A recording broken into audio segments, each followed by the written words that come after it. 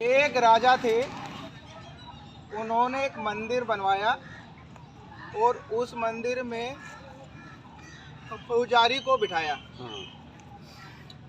और मंदिर में राजा डेली जाते थे और वहाँ पर भगवान कृष्ण की, बिहारी जी की पूजा करते थे। उनका रोज का नियम था सुबह मंदिर में जाना और पुजारी पूजा की थाल लेकर बिहारी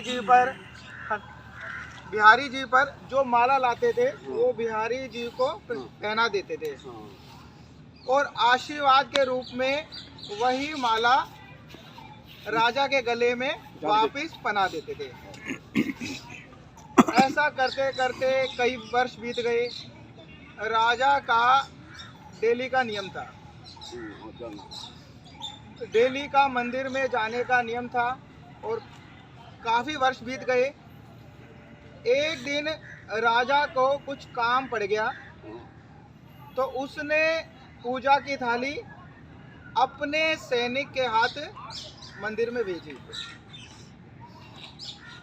पुजारी ने सोचा कि रोज आशीर्वाद के रूप में मैं माला राजा को पहनाता हूँ, आज मैं वो आशीर्वाद खुद लेता हूँ। और उन्होंने वो माला पूजा की और माला ठाकुर जी के गले में पहनाई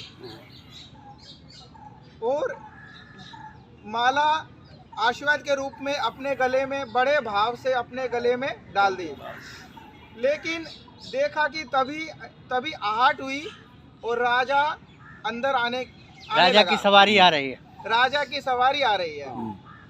तो पुजारी काफी डर गया कि राजा ने यदि मुझे देख लिया तो काफी क्रोध करेगा और जल्दी में वही माला उन्होंने ठाकुर जी के गले में वापस डाल दी। रोज की तरह राजा ने दोबारा पूजा की और रोज की तरह ही पुजारी ने माला ठाकुर जी के गले में से फिर राजा के गले में आशीर्वाद के रूप में डाल दी। राजा ने देखा माला के अंदर एक सफेद बाल लगा हुआ है। राजा को शक हुआ और राजा ने पूछा कि ये सफेद बाल किसका है। पुजारी को कुछ समझ नहीं आया क्या बोले, तो उसने कहा कि ये जो सफेद बाल है ठाकुर जी का है। राजा को संदेह बना रहा तो उसने कहा कि कल हम पहले आकर स्वयं ठाकुर जी का श्रृंगार करेंगे। अब राजा चला गया, लेकिन पुजारी को काफी डर सता रहा था कि कल राजा आएगा और राजा को मेरी बात पता लगेगी और हो सकता है वो मुझे कारागार में ना डाल दे, सजा ना दे दे। पूरी रात पुजारी भगवान का नाम लेता रहा, आंखों में से आंसू बहते रहे और भगवान से प्रार्थना करता रहा कि भगवान मेरी रक्षा करना, मुझे बचाना। अगले दिन राजा और दिनों से पहले आया।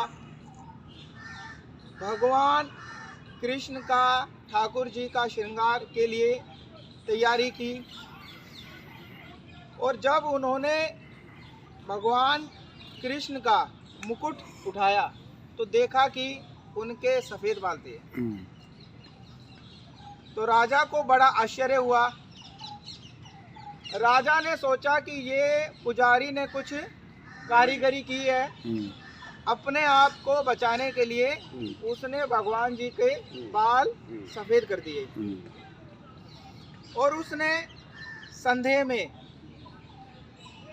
एक बाल खींचा और देखा कि ठाकुर जी के सिर में से खून निकल रहा है। तो सोचा नकली है कि असली है। हाँ, उसके दिमाग में था कि ये नकली है और पुजारी ने अपनी तरफ से अपने आप को बचाने के लिए ये हेराफेरी की है। तो राजा काफी अचंभित हुआ और उसने भगवान से क्षमा मांगी कि मैंने आप पर और पुजारी पर शक किया। तो यहाँ पर हमें शिक्षा मिलती है कि भगवान भाव के भूखे हैं।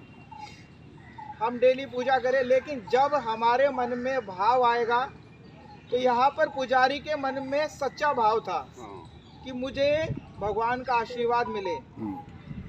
तो भगवान को सोना चांदी अलंकार की जरूरत नहीं है, उनको हम फल फ्रूट भाव से थोड़े से फूल और फल दे दे, तो उसमें भी भगवान खुश हो जाते हैं।